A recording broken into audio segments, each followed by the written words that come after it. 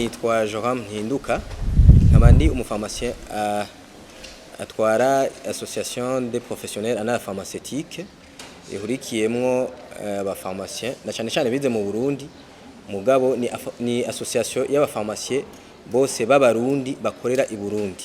Twari twahuye uno munsi intumbero ya mbere ari yo kugira ngo twibukanye ico turi, twibukanye ico tujejwe, twibukanye ico tukwiye gukora no muri kazoza.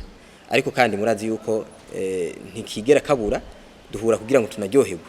Umwaka ubuheze bamwe bari mu ahantu hatandukanye ko twabivuze bakorera ahantu hatandukanye igihugu cyose, ni nakaryo keza kugira ngo duhure twongere tuve ngaha turi bashasha twibukanije ivy'umwuga, twibukanije ivyo tugiye gukora, ariko kandi tunaryoherwe. Nkuko mwabibonye kumbure mu makuru yagiye araca ku mbuga ngurukana bumenyi canke no ku ma televiziyo canke mu radio, ubushikiranganje bw'amagara y'abantu bwarigeze kwerekana ko hari kibazo gikomeye mu mafarmasi akorera ngaha mu Burundi, amwe basanga adafise n'impusha, ayandi nayo akaba atafise abahinga bayahagarariye abo no kwita abafarmasi uko nyene. Rero muri ico gihe amafarmasi mwe nayo araheza ugasanga ariko arikika mukiza akora ivyo atatezo gukora.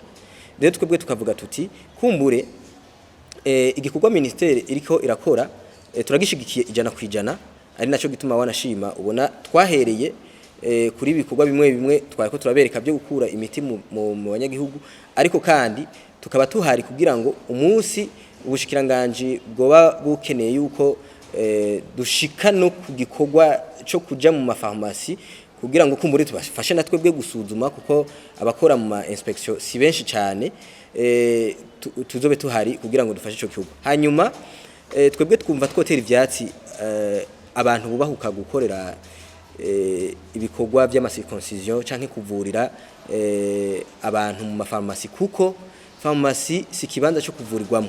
Farmasi ni kibanza cyo gutangirwamwo umuti, naho nyine wandikiwe n'umuganga abirekuriwe n'amategeko, bakabona yuko uwo muntu yarakeneye gufata iyo miti. Rero tugahamagarira yuko abantu batoza baregera amafarmasi batandikiwe imiti n'abaganga babirekuriwe. Hanyuma tugahamagarira nayo mafarmasi kumbure naho yoba afise uburenganzira bwo gukora yuko atokora ivyo batarekuriwe.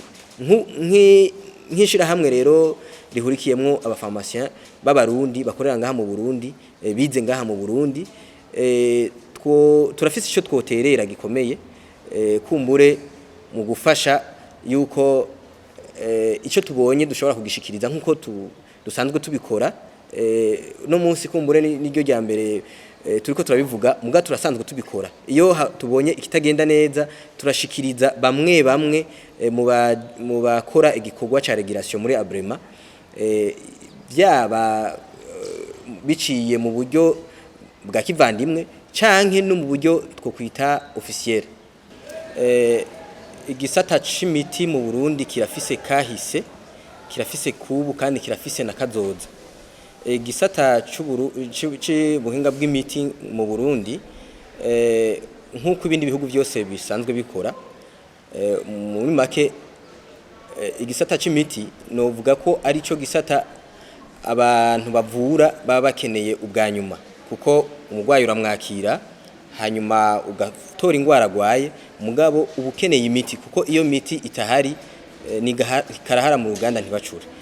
Novuga yuko mu Burundi tutari nyuma y'abandi 100%, kuko turafise ikigo citwa INSP, muri cyo hariho ico no kwita Laboratoire National de Contrôle et Qualité des Médicaments.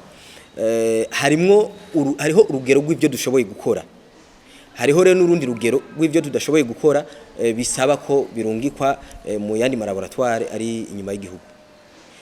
Tugasaba kumbure ngiriye ko yuko iyo laboratoire yogendegwa ikagendegwa wanashima ku rugero mpuzamakungu, natwe bw'ubwacu tugaca tugaruka tukaraba nimba twokongeramwo ibiki kugira ngo natwe ubwacu tugume twoshobora kwipimira vyose kugira ngo turabe ko imiti yose ikwije ubuziranenge.